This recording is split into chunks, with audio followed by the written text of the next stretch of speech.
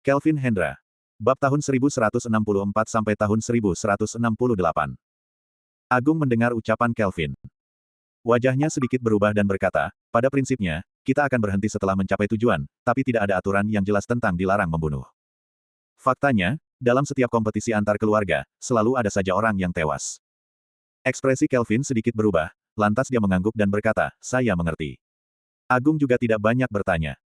Sebenarnya, mereka semua bisa menebak kenapa Kelvin bertanya tentang hal tersebut. Jika dia mengikuti kompetisi antar keluarga dan membunuh Nanda, maka pernikahan keluarga Lily dan Daryana tidak akan terjadi. Agung berdiri. Dia melirik Kelvin dan Sekar, lantas tersenyum dan berkata, kalau begitu, segera berkemaslah dan ikut aku pulang ke rumah Hendra.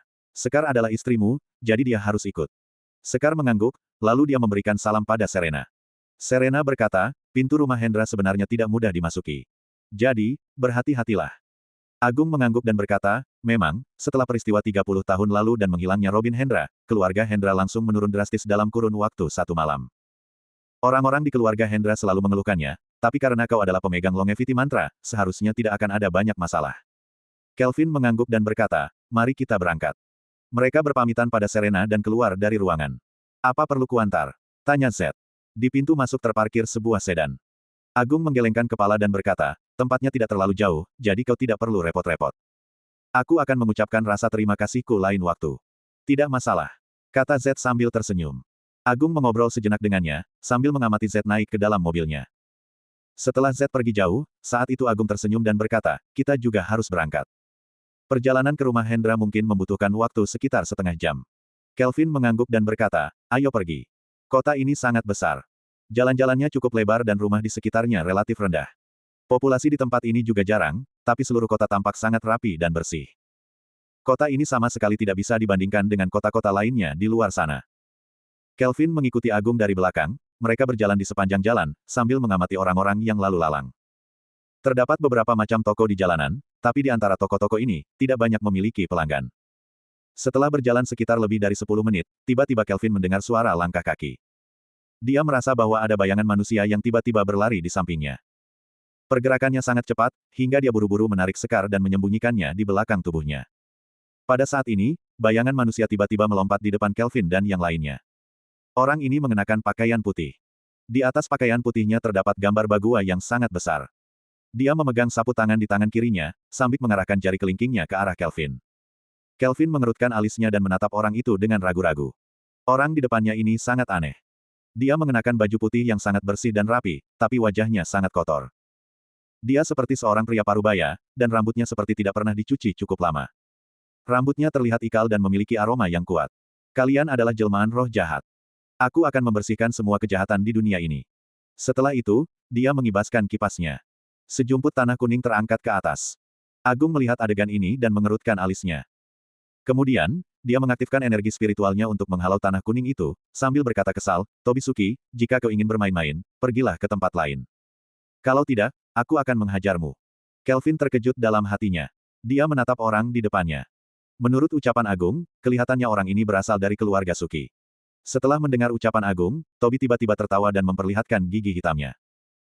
Kemudian, dia melompat-lompat dan pergi menjauh, sambil berteriak, Gua perubahan, roh-roh jahat bermunculan, keluarga-keluarga besar binasa, dan penjaga malam tercerai-berai. Perjalanan menjadi seorang kultivator sangat keras. Semua orang merapat, takdir alam semesta terus berputar. Hukum alam sangat mutlak. Robin Hendra merasa malu pada langit biru. Tidak ada kebaikan, semua jatuh dalam kesulitan. Parlan. Sepertinya dia mengucapkan sesuatu yang mirip seperti mantra atau lagu, sambil berlari dan menjauh seperti orang gila. Ketika teringat tentang Parlan, tiba-tiba dia berhenti, lalu menunjuk langit dengan tangan kanannya dan mengumpat keras, aku bertanya pada langit. Apa itu seorang kultivator? Aku bertanya pada sejarah, di mana jalan kultivator? Aku memikirkan tentang masa lalu, mengingat masa lalu, aku datang, aku melihat, aku mencatat. Setelah itu, dia kembali melompat dan pergi menjauh. Apa dia berasal dari keluarga Suki?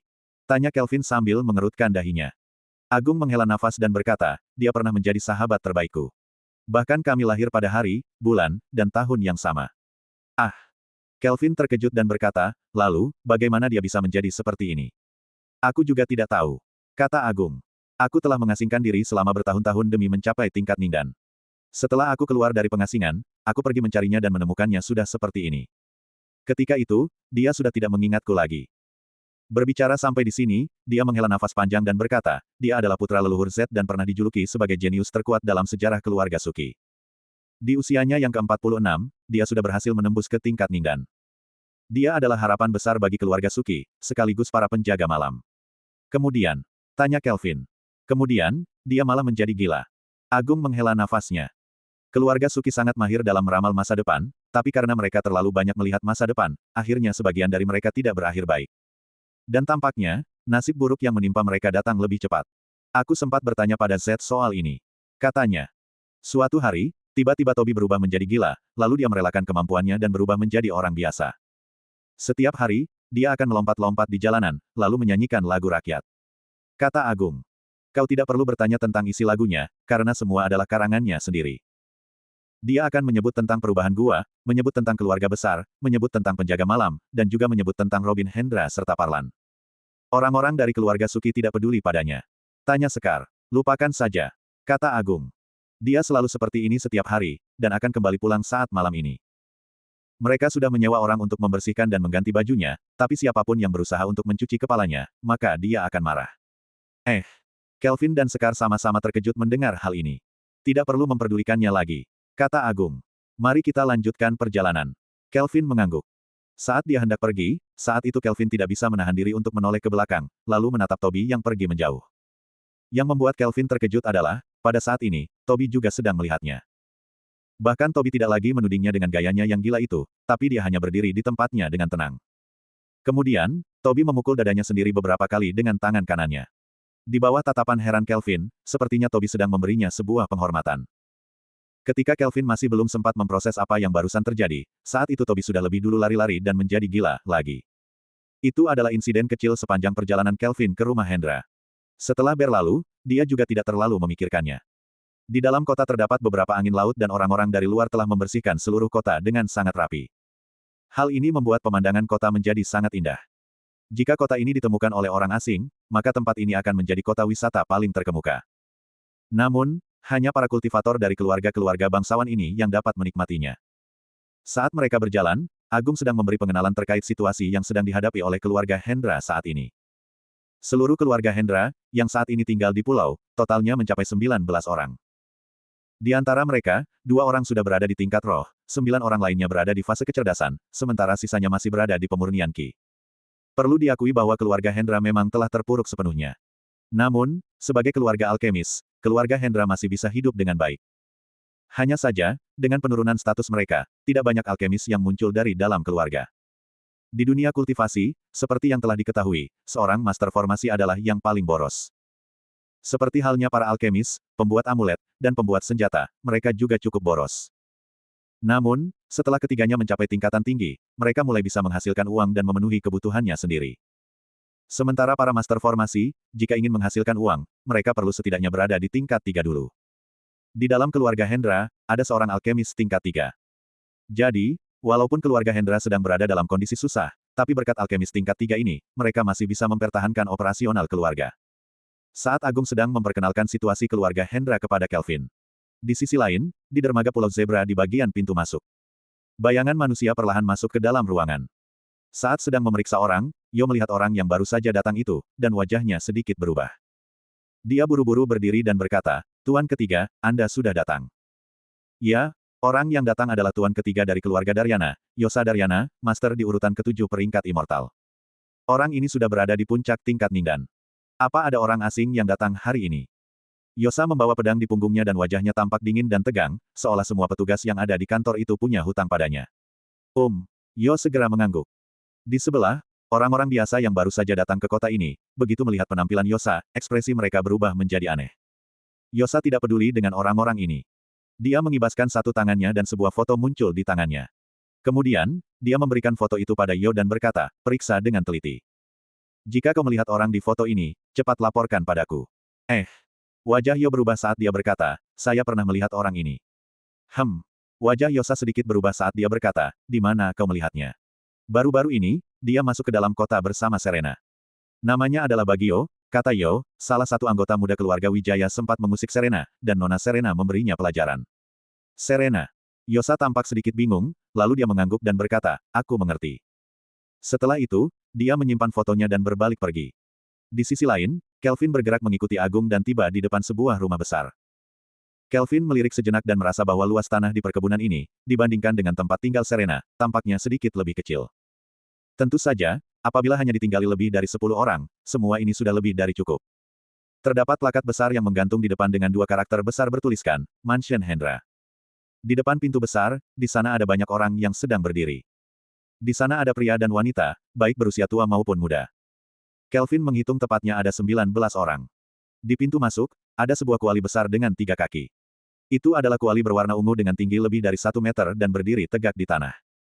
Di samping kuali, ada seorang pria parubaya yang tampaknya berusia 30 tahunan. Dia duduk bersila dan ketika melihat Kelvin dan yang lainnya datang, dia mendongak dan menatap Kelvin. Agung melihat adegan ini dan mengerutkan keningnya, seraya berkata, Sakir Hendra, apa yang kau lakukan? Sakir Hendra adalah alkemis tingkat 3 di keluarga Hendra saat ini, juga merupakan salah satu dari sedikit alkemis tingkat 3 di dunia ini. Dia mengangkat kepalanya dan menatap Agung, lalu berkata dengan suara tenang, apa dia adalah Kelvin Hendra? Benar. Kata Agung, dia adalah cucunya Robin Hendra. Aku membawanya agar dia mengakui leluhur dan kembali ke rumahnya. Kembali untuk menjadi pewaris. Sakir berdiri dan menatap Kelvin, lantas tertawa dingin dan berkata, jatuhnya keluarga Hendra semua disebabkan oleh bocah ini. Sekarang, kau malah memintanya kembali untuk menjadi penerus kita. Menurutmu, apa kami, orang-orang yang tersisa di keluarga Hendra, akan setuju dengan hal ini? Agung mengerutkan alisnya dan berkata, keluarga Hendra memang pernah terpuruk karena dia, tapi sekarang, aku dan dia telah kembali ke keluarga Hendra. Kami pasti bisa membawa keluarga ini kembali ke puncak. Selain itu, Agung menoleh pada Sakir dan berkata, jangan lupa, ada peraturan leluhur di keluarga Hendra. Pemegang longevity mantra adalah pemimpin keluarga Hendra. Semua keluarga Hendra harus mematuhinya. Kelvin adalah pemegang longevity mantra. Kata Agung. Hahaha. Sakir mencibir dan menatap Kelvin lekat-lekat, sebelum akhirnya berkata, memang kita punya peraturan seperti itu dan aku juga tidak menyangkalnya, tapi pemimpin keluarga Hendra selama ini selalu dipilih dari generasi muda keluarga Hendra. Kita akan memilih bakat terbaik, baru setelah itu, dia bisa mewarisi longevity mantra. Dia, Kelvin Hendra, hanya karena dia adalah cucunya Robin Hendra. Oleh karena itu, dia bisa mendapatkan longevity mantra. Apa dia pernah bersaing secara adil dengan orang-orang di generasi kita? Seandainya ada persaingan yang sehat, apa kau pikir aku akan kalah dengannya? Sakir tertawa sinis. Kelvin menghela nafas panjang. Dia berjalan ke depan, menatap Sakir di depannya dan berkata, saya belum tahu apa yang terjadi pada masa 30 tahun silam, tapi karena semua orang berkata bahwa itu karena saya, maka saya perlu minta maaf atas nama saya sendiri kepada kalian semua. Minta maaf. Sakir menatap Kelvin dengan tatapan datar. Begitu banyak orang yang telah mati karenamu. Apa kau pikir semuanya akan setimpal hanya dengan permintaan maaf darimu? Jadi, apa yang harus saya lakukan? Tanya Kelvin. Sakir menatap Agung dan menghirup nafasnya dalam-dalam, sebelum akhirnya berkata, jika kau ingin diakui oleh kami, maka kau harus menunjukkan kemampuanmu. Biarkan kami melihat apa mereka yang mati karenamu itu layak memberikan nyawanya atau tidak. Bagaimana maksudnya? Tanya Kelvin. Agung mengerutkan keningnya, lantas maju satu langkah dan menatap Sakir, sambil berkata, kalau begitu, mari kita ikuti tradisi lama. Baguslah. Kata Sakir dengan tenang. Berdasarkan pada tradisi lama kita, keluarga Hendra hanya menguasai dua hal, yaitu alkemis dan kedokteran. Mari kita saling beradu kemampuan. Untuk meracik pil dan menyembuhkan orang sakit. Kata Sakir. Jika kau menang, maka kami akan membiarkanmu masuk ke dalam keluarga Hendra untuk mengakui leluhur dan menjadi bagian dari keluarga. Jika kau kalah, kata Sakir dengan tenang, serahkan longevity mantra pada kami dan pergi dari sini. Setelah itu, dia berkata dengan tenang, aku memang lebih tua darimu beberapa tahun, tapi karena kau punya longevity mantra, maka dalam adu kemampuan ini, sebenarnya kau tidak terlalu dirugikan. Kelvin menoleh ke arah Agung di sebelahnya, lalu Agung menganggukkan kepalanya. Setelah itu, Kelvin berbalik dan berkata, baiklah. Bersambung.